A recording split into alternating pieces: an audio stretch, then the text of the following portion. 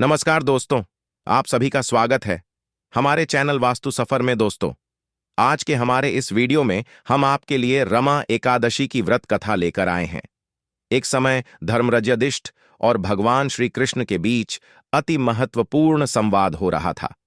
महाराज युधिष्ठिर बोले ही, मधुसूदन कार्तिक कृष्ण एकादशी के महत्व के बारे में आप मुझे बताएं। तब भगवान श्री कृष्ण बोले, ही राजन, कार्तिक कृष्ण एकादशी का नाम राम है। ये बड़ी से बड़ी पापों का नाश करने वाली है।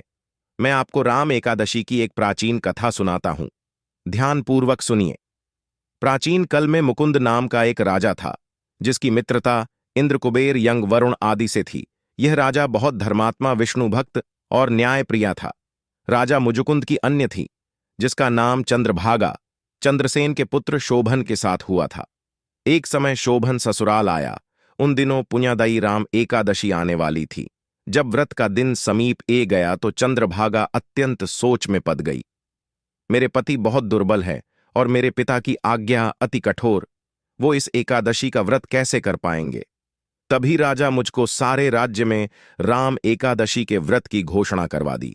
घोषणा सुनते ही शोभन को अत्यंत चिंता हुई। वो अपनी पत्नी से कहने लगा, प्रिया, अब हमें क्या करना चाहिए?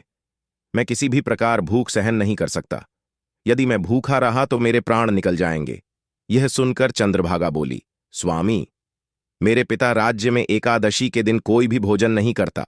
हाथी, घोड़ा, ऊंट, बिल्ली, गौ आदि भी अन्य जल ग्रहण नहीं कर सकते। फिर मनुष्य का तो कहना ही क्या है। यदि अब भोजन करना चाहते हैं तो किसी दूसरे स्थान पर चले जाइए, क्योंकि यदि आप यहां रहेंगे तो आपको अवश्य व्रत करना पड़ेगा। ये सुनकर शोभन कहने लगा, अब जो भाग्य में लिखा है उसे कोई नहीं टाल सकता। मैं यह व्रत अवश्य करूंगा। इस प्रकार से विचार कर शोभन ने भी व्रत रख लिया। जब सूर्य नारायण अस्त हुए तब तक वह भूख प्यास से अत्यंत पीड़ित हो गया।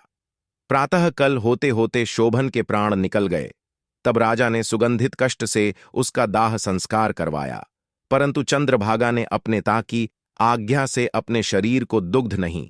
शोभन की अंत्येष्टि क्रिया के बाद अपने पिता के घर में ही रहने लगी। राम एकादशी के प्रभाव से शोभन को मंडचाल पर्वत पर धन धान्य से युक्त, शत्रुओं से रहित एक सुंदर देवपुर प्राप्त हुआ। एक समय एक ब्राह्मण सोम शर्मा, जो कि मुकुंद के नगर में रहते, द तीर्थ यात्रा करते हुए देवपुर पहुंचे। वहां उन्होंने शोभन को पहचान लिया और उसके पास गए और बोले, ही राजन, मैं अत्यंत आश्चर्य में हूं। आप अपना वृतांत सुनाइए कि ऐसा सुंदर नगर, जो ना कभी देखा ना सुना, आपको कैसे प्राप्त हुआ? तब शोभन बोले कि कार्तिक कृष्ण पक्ष की राम एकादशी का व्रत करने से मुझे ये नगर प्राप्त हुआ है, परंतु यह स्थिर है। तब ब्राह्मण ने पूछा, ही राजन, यह स्थिर क्यों नहीं है और कैसे स्थिर हो सकता है? तब शोभन बोले, मैंने राम एकादशी का व्रत श्रद्धा रहित होकर किया है, इसीलिए यह सब अस्थिर है। यदि आप मुझको कुंडा की कन्या चंद्रभागा को यह सब वृतांत कहीं तो यह स्थिर हो सकता है। ऐसा सुनकर वह श्रेष्ठ ब्राह्मण अपने नगर लौट आए और आकर चंद्रभागा को उन्होंने सारा वृतांत का सुनाया। ब्राह्मण के वचन सुनकर चंद्रभागा बड़ी प्रसन्नता से ब्राह्मण से कहने लगी, ही ब्राह्मण, यह सब बातें आपने प्रत्यक्ष देखी हैं, यह स्वप्न की बातें कर रहे हैं।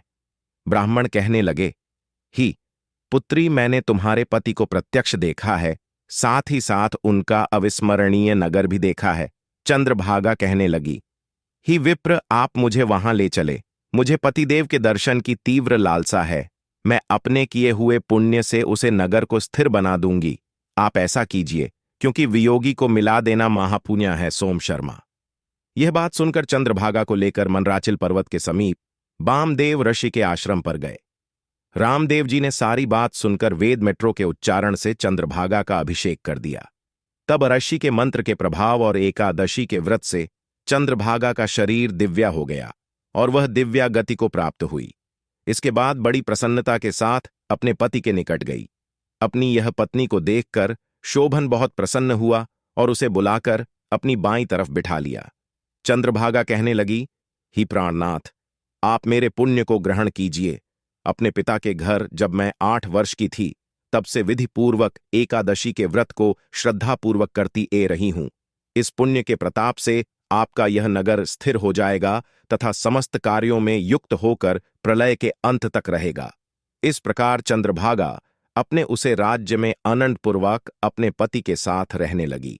कथा का समापन करते हुए भगवान श्री कृष्ण बोले, ही युधिष्ठिर महाराज, जो व्यक्ति रमई एकादशी की व्रत कथा का श्रवण करता है वो सभी पाप कर्मों से मुक्त होता है और उसे भगवान श्री हरि के परमधाम बैकुंठ की प्राप्ति होती है।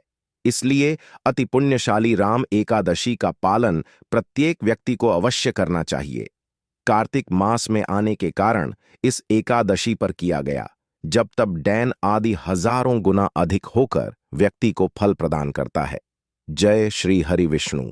दोस्तों, आज के लिए बस इतना ही। वीडियो अच्छी लगी हो तो वीडियो को एक लाइक और हमारे चैनल वास्तु सफर को सब्सक्राइब जरूर कीजिएगा। धन्यवाद।